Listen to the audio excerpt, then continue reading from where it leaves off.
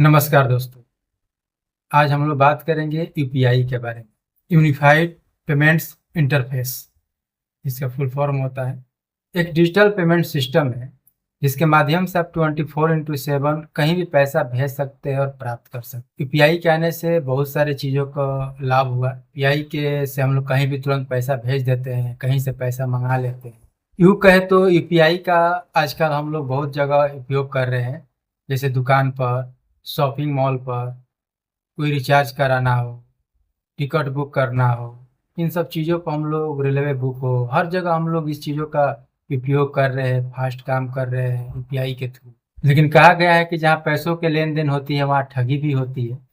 तो इन सारी चीज़ों पर हम लोग चर्चा करेंगे आज विशेष रूप से इस वीडियो में। चलिए पहले वीडियो शुरू करते हैं।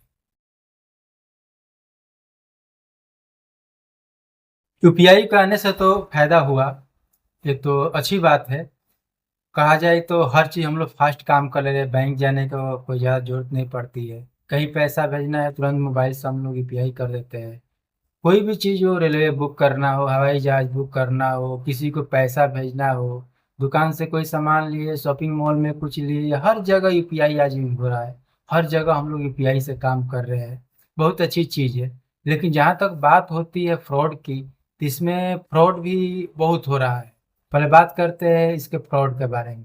फ्रॉड कैसे कैसे यूपीआई के थ्रू किया जा रहा है। QR code scam, collect request scam, fake customer care scam, screen sharing scam, KYC update scam, cashback scam, lottery या prize scam, WhatsApp link scam, APK app scam.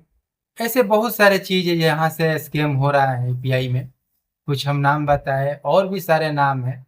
इन सब चीज़ों को बच के रहना है। दो चार इसमें बहुत इम्पोर्टेंट है। जैसे लोग का आपके पास आ रहा है कि आप कोई प्राइस जीत गए, अब प्राइस के नाम पर आप उसमें स्कैम में फंस जा रहे हैं।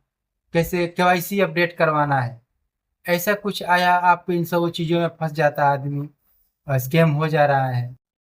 क्यूआर कोड का जो स्कैम है, क्यूआर कोड में पैसे लोग मंगाने के लिए क्यूआर कोड मतलब कि देते हैं कि इसके मतलब कि स्कैन करिए और हमको पैसा दीजिए।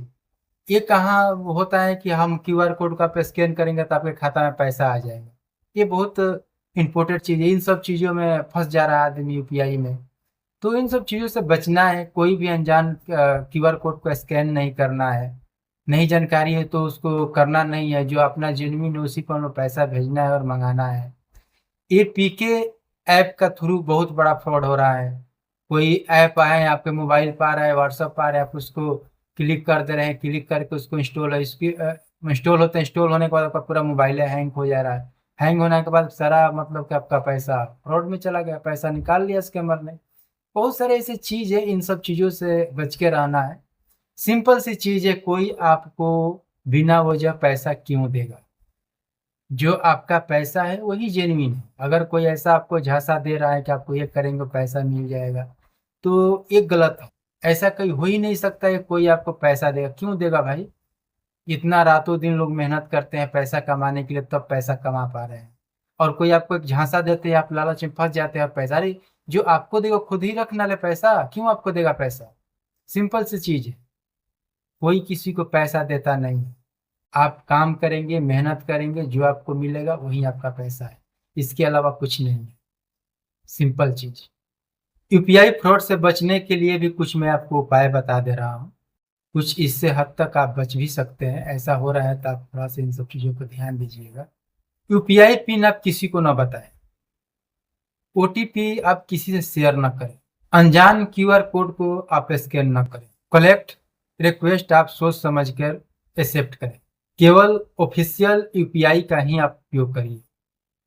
कोई भी थर्ड पार्टी एप्लीकेशन ना हो। आप तुरंत इंस्टॉल कर लेते हैं, आपको आता है कि आप ये हमारा एप्लीकेशन आप मतलब कि ऐप इंस्टॉल करिए, आपको कैशबैक ये मिलेगा, इतना मिलेगा, उतना मिलेगा। इन सब चीज़ों पर नहीं जाना है।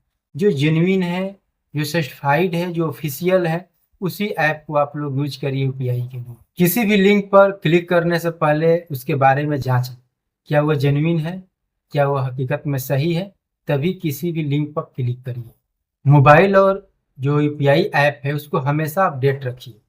मोबाइल को भी आप हमेशा अपडेट रखिए और यूपीआई जो ऐप है उसको भी हमेशा आप अपडेट करके रखिए, क्योंकि बहुत सारी ऐसी सिक्योरिटी चीज़ होती है जो समय समय पर अपग्रेड होता रहता है, जिससे आपका मोबाइल और यूपीआई दोनों का बॉन्डिंग बहुत अच्छे से वो मजबूत रहेगा, जिसको हैक करना आसान नहीं है। तो आप हम समय समय पर उन चीज़ों का आप लोग अपडेट करते रहिए। मोबाइल में जो हम लोग आजकल लगा रहे हैं लॉक सिस्टम लगा रहे हैं, उसको बहुत मजबूत लगाए, कोई इजीली ना लगा दे कि जो यहीं से वो खोल ले।